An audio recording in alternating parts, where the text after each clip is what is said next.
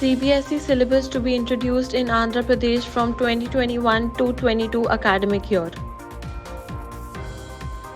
No offline exams up to class 8 in Delhi government schools, says Directorate of Education. Government launches portal for EWS students in private schools of Odisha. Allow us to continue working from home, say Mumbai teachers. Maharashtra to start drive to identify dropout students from March 1st. Kerala High Court strikes down provision in Act permitting aided school teachers to contest elections. Jammu authorities launch aptitude test for government school students. Good morning and a warm welcome. You're watching Education News Network, where we get you the latest developments in education at the top of this hour. This is Sanya reporting from ENN, and the daily stories are: the government of Andhra Pradesh has taken a key decision on the school education. The Chief Minister Y.S. Jagan Mohan Reddy has decided to introduce CBSE syllabus in school education from 2021 to 22 academic year.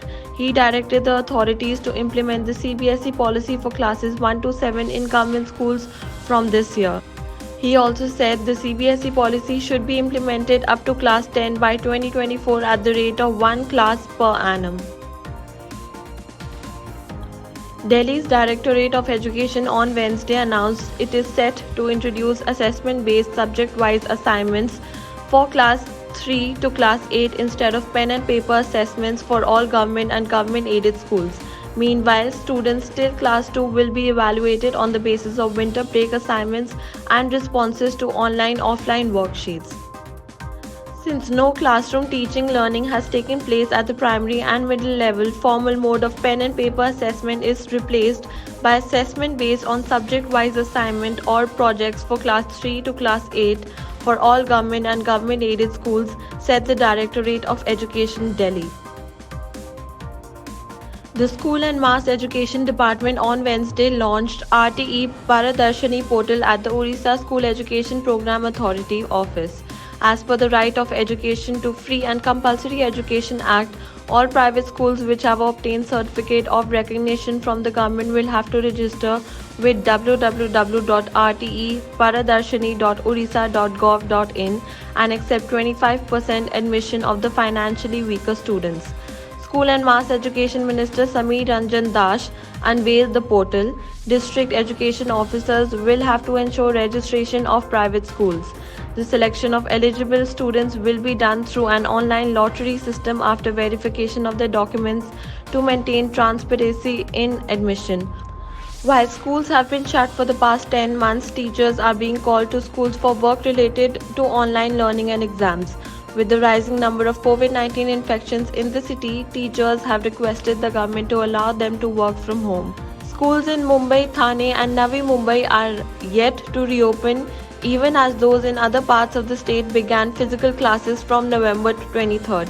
Rajesh Pandya, Vice President of the Teachers Democratic Front, said there is a lot of risk associated in travelling as cases are rising in the city. The Chief Minister has recently appealed to organizations to allow employees to work from home if possible.